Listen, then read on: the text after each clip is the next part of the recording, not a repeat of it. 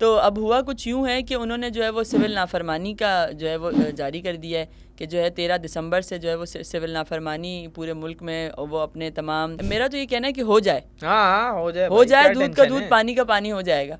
लेकिन ये उसको भी नहीं मानेंगे, मसला इनका यही ये है ना, उसको भी नहीं मानेंगे, जो उसको भी नया। चीज़ इनके हक में नहीं होती वो इन्होंने नहीं माननी होती। पेशावर लेकिन वालों, बिल्कुल इस्लामाबाद वालों, अपनी खैर मनाओ, दोबारा आ रहे हैं ये लोग। अब पेशावर पहुंच रहे हैं ना, अब पेशावर पहुंच रहे हैं। 2014 के जो 126 दिन का धरना था उसमें भी खान साहब ने सिविल नाफरमानी की कॉल दी थी और मीडिया पर आके इलेक्ट्रिसिटी बिल जलाए थे, गैस के बिल जलाए थे। आपको अगर याद हो जनाब, इस दफ़ा मुझे लग रहा है मीटर शीटर जलाएंगे। या आप बता दें, आप जिस रियासत मदीना की बात करते हैं वहाँ पे ये चीज़ें होती हैं कि आप जो है वो लोगों के पर्सनल बेडरूम्स तक घुस जाएं और जो है वो इस्लामिक टच होता है वो देखें। लेकिन इस्लामिक टच जो है वो इनका खाली तकरीर के स्टार्टिंग में आता है। सर थोड़ा सा इस्लामिक टच बस वही, उसके अलावा कहीं पर भी नहीं है, कुछ भी नहीं है।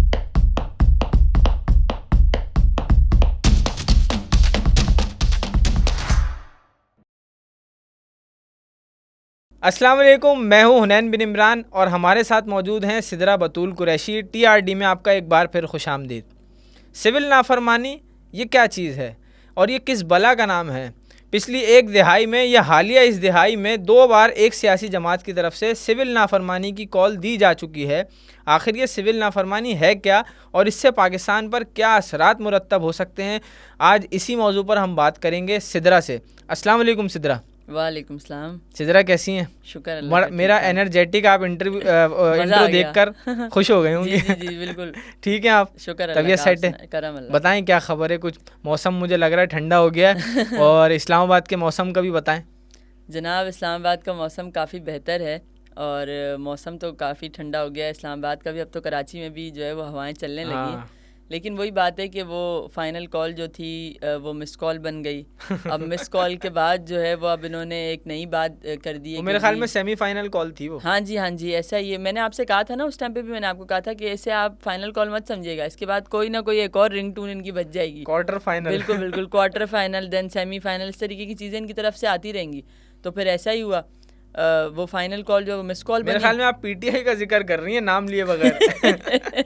अब आप समझ गए मैं नाम क्यों लूँ। ज़रूरी थोड़ी है नाम लेना, समझना ज़रूरी है ना जनाब। अब वो उनकी एक ही मखसूस जमात है जो इस तरीके की हरकतें की जा रही है। अब हम नाम ना भी लें तो लोग समझ जाते हैं कि किसके बारे में बात हो रही है।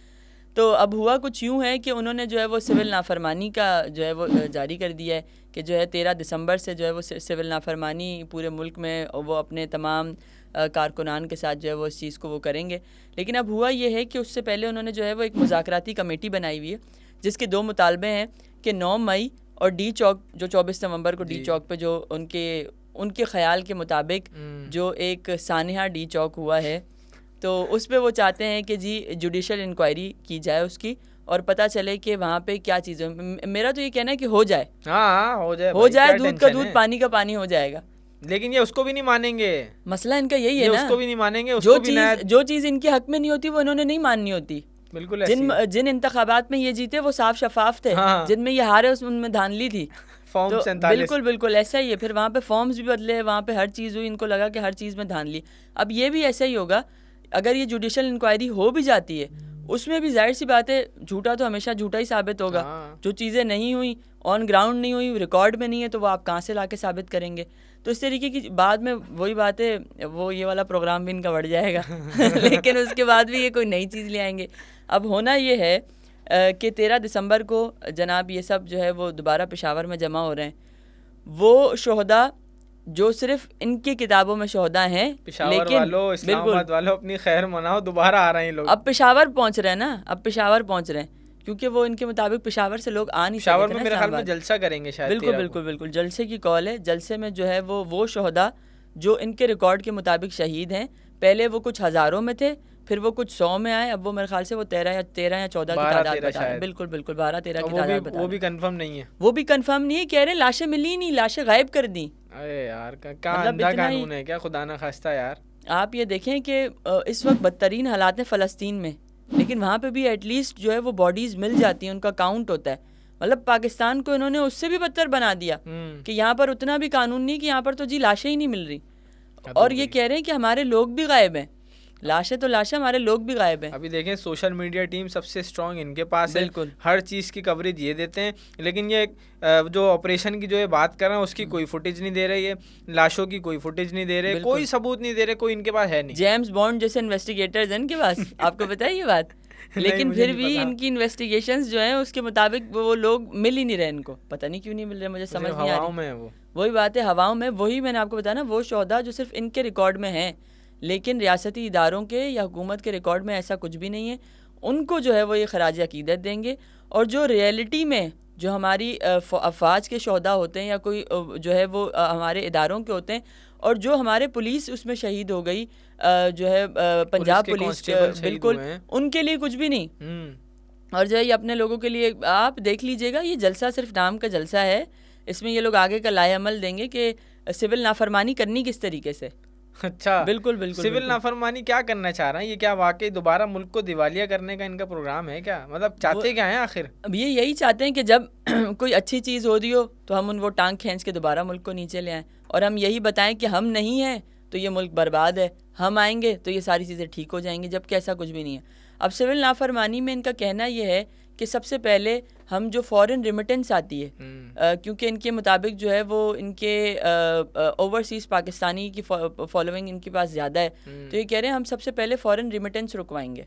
आप देखें उससे ही मुल्क की मईशत को कितना बड़ा नुकसान होगा, लोगों के कारोबार, लोगों की पर्सनल लाइफ्स, लोगों के इतने इतने लोग बाहर कमाने गए, भाई आप लोगों की वजह से वो बाहर कमाने गए थे, अब वो भी पैसा नहीं भेज सकेंगे तो क्या फ़ायदा। तो वो फॉरेन रिमिटेंस रुकवाने का इनका प्लान है।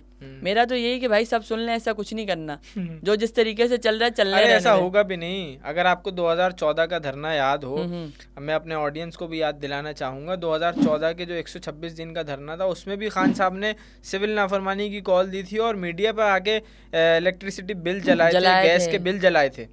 आपको अगर याद हो, जनाब इस दफा मुझे लग रहा है मीटर शीटर जलाएंगे। इन्होंने कहा जरूर सबको कि सब जलाएं, लेकिन वो किसी ने नहीं मानी उनकी बात। कौन जलाएगा? मीटर जलाएंगे तो लगवाना अपने ही पैसों का पड़ेगा दोबारा। तो आपको आवाम को बस सोचने की ज़रूरत है कि आप किसके लिए अपना मीटर जलाएंगे, अपने गैस के बिल जलाएंगे। आप ये देखिए ना, 9 मई को इन्होंने रियासती जो है वो एसेट्स को नुकसान पहुँचाया, कौम के मुल्क के असासों को नुकसान पहुँचाया। अब ये जो है ये शहीदों की बिल्कुल बिल्कुल, अब ये जो है वो ये लोग इसको माइक्रो लेवल पे लेकर आ रहे हैं कि आप लोग जो है, अब मुझे ये लगता है कुछ दिनों बाद ये लोग कहेंगे अपने घर की चीज़ें जला दो, ये कर दो, वो कर दो। मतलब आवाम को भी यार होश के नाखून लेने चाहिए। बिल्कुल, अपने घर भी जला देंगे, यही बात है ना, होश के नाखून लें, कुछ देखें, कुछ सोचें, आंखें खोलें, चीज़ों को गौर से समझने की कोशिश करें। ये वही बात है ना, कल को ये कहेंगे जी अपने घर का जो है वो फलानी चीज़ जला दें, ये कर दें, टीवी उठा के फेंक दें, जो है वो वही बात है। मैंने आपको बताया ना पहले, उसमें ये कह रहे हैं कि हम फॉरेन रिमिटेंस नहीं आने देंगे, और अगर उससे भी काम ना बना, जो कि नहीं बनेगा, आप देख लीजिएगा, फाइनल कॉल मिस कॉल हुई, उसके बाद दोबारा जो है वो एक नई चीज़ उन्होंने निकाल ली। अब वो कह रहे हैं जब अगर ये भी नहीं होगा, उसके बाद हम ये कहेंगे कि बिल्कुल जो है वो सिविल नाफरमानी पूरी करनी है कि आपने किसी चीज़ का कोई टैक्स नहीं देना, छोटे से छोटा टैक्स नहीं देना, बड़े से बड़ा टैक्स नहीं देना, कोई बिल नहीं भरना, कोई भी ऐसी चीज़ जिसमें टैक्स इन्वॉल्व है आपने वो नहीं करनी। मेरा ये सवाल है कि भाई अगर आप नहीं करेंगे तो आप खाएंगे पिएंगे कहाँ से, आप जिएंगे कैसे? बड़ा अहम सवाल है आपका। मतलब यही बात है ना कि मीटिंग करवाऊं खान साहब से। नहीं उनसे पूछें सवाल जाके। अब ये भी तो देखे ना कि ये जो है वो इमरान खान साहब के जो है वो सोशल मीडिया अकाउंट से ये चीज़ बाहर आई है कि सिविल डिसओबेंस जो है वो सिविल नाफरमानी करनी है। लेकिन अब बात ये है कि पहले कहते हैं यार कोई चीज़ है नहीं, ये नहीं है, उनको अंदर बैठे बैठे इस तरीके के इंतशार वाले ख्यालात कहाँ से आते हैं? वो जब बंदा फारिग होता है ना तो वो इस तरह के आप एक जगह और आपके घर में होती है जहाँ पे आपको इस तरह के ख्याल आते हैं। बिल्कुल बिल्कुल। तो जब बंदा फारिग होता है ना तो उसको इस तरह के खराफाती तखरीबकारी वाले ख्यालात आते ही हैं। अब जैसे हम पहले भी बात कर चुके हैं कि जिसके ऊपर जितनी बड़ा ओहदा होता है उतनी ही बड़ी उसके ऊपर जिम्मेदारी होती है।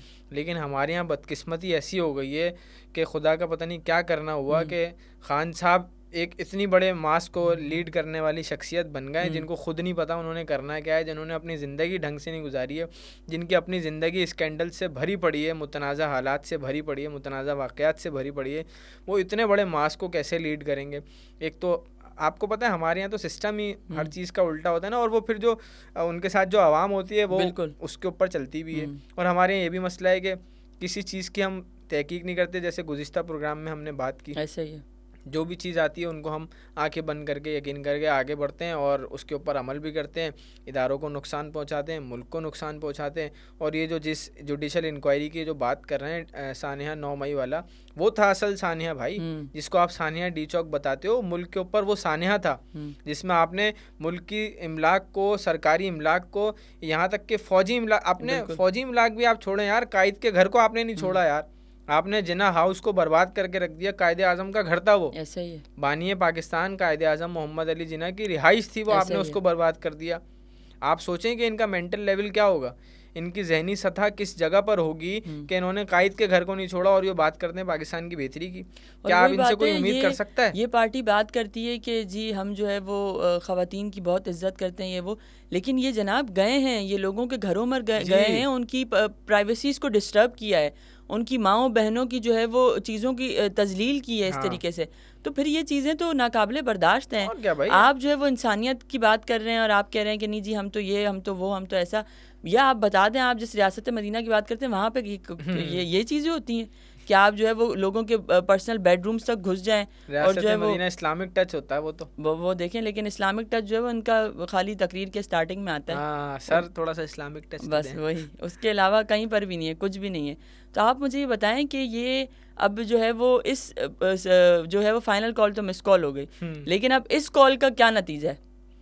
जैसे अभी हम बात कर रहे हैं कि ये कॉल भी, जो इससे पहली कॉल थी ना वो क्वार्टर फाइनल थी, फिर फाइनल वाली जो थी जिसको ये फाइनल कह रहे थे वो सेमीफाइनल थी, और अब जिसको ये कह रहे हैं कि बिल्कुल आखिरी, तो ये भी एक मिस कॉल की तरह गुजर के चली जाएगी और इससे कुछ नहीं होने वाला।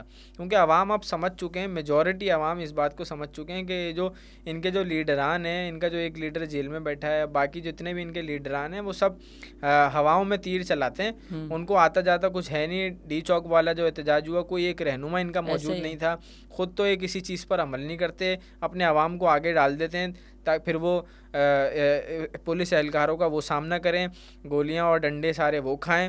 हालांकि गोलियां चली भी नहीं है, ये तो मैं मुहावरतन मैंने आपसे ये बात कर दी, डंडे और लाठियां वो खाएं और आवाम जो इनके लीडरान हैं वो आराम से सुकून वाली ज़िंदगी गुजारें। मुझे ऐसा लगता है सिविल नाफरमानी जो है ये मुमकिन नहीं है। ये जितनी भी कॉल दें या जितना भी कुछ कर लें उससे कोई ख़ास इम्पेक्ट होने नहीं वाला। लेकिन अगर ये करते हैं ये काम, और जो हमारे मासूम आवाम है, वही मासूम आवाम अगर हमारे इस चीज़ पर चलते हैं तो वो ये इस बात को जहन में रखें ज़रूर कि यार ये किसी पार्टी का नुकसान नहीं होगा या किसी एक इदारे का नुकसान नहीं होगा, ये पाकिस्तान का नुकसान होगा और ये आपका नुकसान होगा।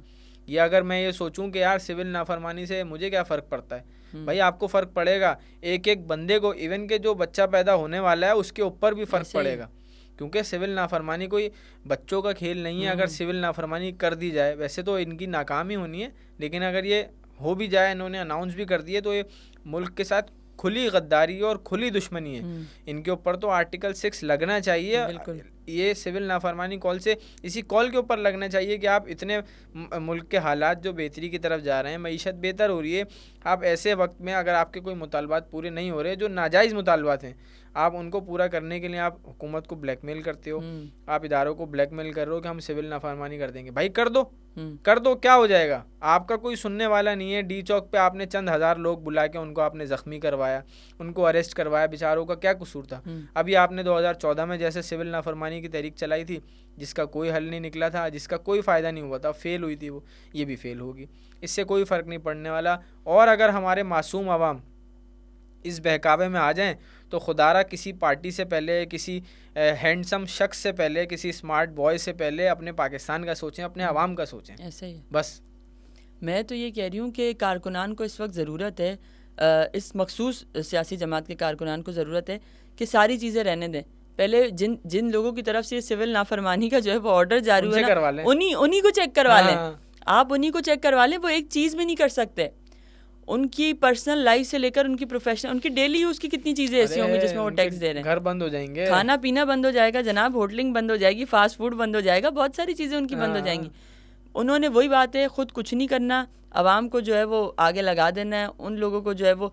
अब आप यही बात है ना, जो एक वो कहते हैं ना, एक मासूम बंदा है, वो जज्बात में आके हो सकता है 2-3 दिन खाना ना खा सके ये सिविल नाफरमानी के चक्कर में, कि यार नहीं मैंने ये चीज़ ख़रीदी या मैंने ये पानी पिया या मैंने ये किया तो इससे टैक्स जाएगा, वो गवर्नमेंट को जाएगा, ये होगा वो होगा। लेकिन जो जिनकी तरफ से कॉल दी गई है, जो उनके नाम निहाद लीडर्स हैं, सब खाएंगे पिएंगे, वो बैठे होंगे अयाशियाँ कर रहे होंगे, वो वही एसी वाली कंटेनर्स में बैठे होंगे, एसी वाली गाड़ियों में बैठे होंगे, वो पेट्रोल भी भरवा रहे होंगे, वो हर चीज़ कर रहे होंगे। उनकी जानिब से ऐसी वही बात है कि कारकुनान इस दफ़ा सिर्फ ये कर लें कि अपने लीडर्स को ही पकड़ लें, उनसे कहें कि जनाब आप एक दिन करके दिखा दें, आप एक दिन करके दिखा दें, हम बाकी दिन कर लेंगे। ये आपने बड़ी अच्छी बात की कि अगर भाई कोई भी अगर कारकुन इस बात में आता है तो आप मानो अपने लीडर की, आपने जितनी माननी है आप मानो, लेकिन आप सिर्फ उनसे इतना कहो कि कम से कम 10 दिन के लिए आप सिविल नाफरमानी करें यार, कम से कम 10 दिन। उनके पास तो पैसे बहुत है ना, बहुत मालदार लोग हैं, बहुत बड़ी बड़ी उनके पास बंगला कोठे हैं उनके पास, और आप सिर्फ 10 दिन के लिए कर लो, उसके बाद आप बोलो हम पूरे साल करेंगे आपके लिए। आप सोचें 10 दिन में उनकी हालत ख़राब हो जाएगी। ऐसा ही है, वो अपनी असलियत पे वापस आ जाएंगे, वो सिर्फ आवाम को बहकाने के लिए सारे काम करते हैं जनाब, और ये काम भी नहीं होगा। बिल्कुल ये थोड़ी चाहेंगे कि जो है वो इनके घर के, ये अपने घर का कोई मीटर जला के दिखा दें या अपने घर की कोई इस तरीके कोई चीज़ जला के दिखा दें जिससे जो है वो ये हुकूमत को टैक्स पे कर रहे हो या कोई इस तरीके का फ़ायदा पहुंचा रहे हो, या अपने कोई ऐसी कोई चीज़ इस्तेमाल करना। वही बात है ना कि हमारे यहाँ तो ये हुआ कि इसराइली चीज़ों का हम बाइकआउट करेंगे, हमारे लीडरान से या जो हमारे नाम निहाद जो हमारे बड़े लोग या अथॉरिटीज़ हैं उन लोगों से तो ये ना हो सका, तो वो कहाँ से सिविल नाफरमानी करेंगे? नहीं कर सकते। अभी आपने बॉयकॉट की बात की ना, तो बॉयकॉट में मेरे ख्याल में मैंने कहीं खबर पढ़ी थी कि इन्होंने बॉयकॉट मुहिम का भी आगाज़ करना है 13 दिसंबर से। अच्छा जी। और बॉयकॉट मुहिम में करना ये है कि जो अस्करी प्रोडक्ट्स है ना उसका बॉयकॉट करेंगे। हाँ, अस्करी प्रोडक्ट का तो सबसे पहले इमरान खान का बॉयकॉट क्यों ना किया जाए। बड़ी आपने मज़े की बात बताई, लेकिन इससे भी हम एक चीज़ अपनी आवाम को और भी बता दें कि इन अस्करी प्रोडक्ट्स का बाइकआउट करने से जो है वो मुल्क को नहीं बल्कि वो जो शोहदा हैं, जो शोहदा की फैमिलीज़ हैं, ये चीज़ें उन तक जाती हैं, ये उनको नुकसान होगा। आप अपने शहीदों की तो बात कर रहे हैं जिनका कोई रिकॉर्ड मौजूद नहीं है, लेकिन जो मुल्क और कौम के नाम पे कुर्बान हो गए, जो आप लोगों की हिफाजत करते करते कुर्बान हो गए, आप उनकी फैमिलीज़ को सफ़र करवाएंगे और कुछ नहीं करेंगे। ऐसी है। अच्छा, बड़ी अच्छी बात की आपने। वैसे ये जो आज का हमारा मौजू था, ये आज का मौजू इसी वजह से था कि हमारे जो आवाम हैं उनको ये समझने और सोचने का मौका मिल सके कि ये जो लीडरान आपके जो मुल्क को बगावत की तरफ लेकर जाते हैं, अनारकी की तरफ लेकर जाते हैं, उनका मकसद मुल्क में सिर्फ अनारकी फैलाना होता है। उनका मकसद माशरे की बेहतरी या माशरे की इस्लाह नहीं होता, उनका मकसद आवाम की इस्लाह नहीं होता। वो सिर्फ़ और सिर्फ यही चाहते हैं कि किसी तरह अपने मकासद की पूरे होने के लिए या अपने मकासद की हवस के लिए आपको आगे करें, जिस तरह माजी में इन्होंने किया, जिस तरह 2014 में किया और जिस तरह हालिया डी चौक वाले वाक़ये में 24 नवंबर को इन्होंने किया। तो आइंदा भी वो यही काम करेंगे। आपसे गुजारिश है कि मुल्क की तरक्की में किरदार अदा करें और ऐसे लीडरान जो मुल्क के ख़िलाफ़ बात करें, जो सिविल नाफरमानी जैसी नाम नेहाद कॉल दें और ख़ुद उस पर अमल ना करें, ऐसे लोगों से दूर रहें। आप सबका बहुत बहुत शुक्रिया।